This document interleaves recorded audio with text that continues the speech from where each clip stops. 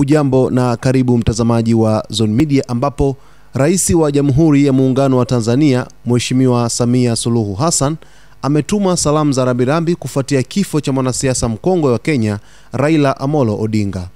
Kupitia ukurasa wake wa Instagram, Rais Samia amesema amepokea kwa masikitiko makubwa taarifa za kifo cha Raila Odinga, akimtaja kuwa kiongozi mahiri, mpenda amani na mtafuta suluhu ambaye mchango wake ulivuka mipaka ya Kenya na kugusa Afrika Mashariki na bara zima la Afrika. Tumempoteza kiongozi mahiri, mwanajumui wa Afrika, mpenda amani na mtafuta suluhu ambaye ushawishi na upendo wake haukuwa tu ndani ya Kenya bali Afrika Mashariki na Afrika kwa ujumla. Msiba huu si wa Kenya pekee bali ni wetu sote, ameandika Rais Samia.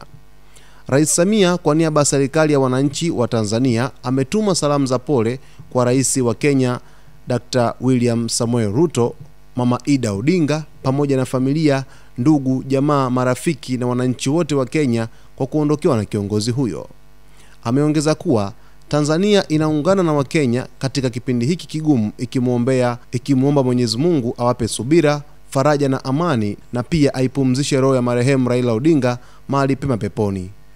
Tunaungana na kuombea kwa Mwenyezi Mungu awajalie subira, faraja na imani katika kipindi hiki, na ailaze roho ya mpendo wetu Mheshimiwa Raila Amolo Odinga mahali pema peponi, amina, ameandika Rais Samia.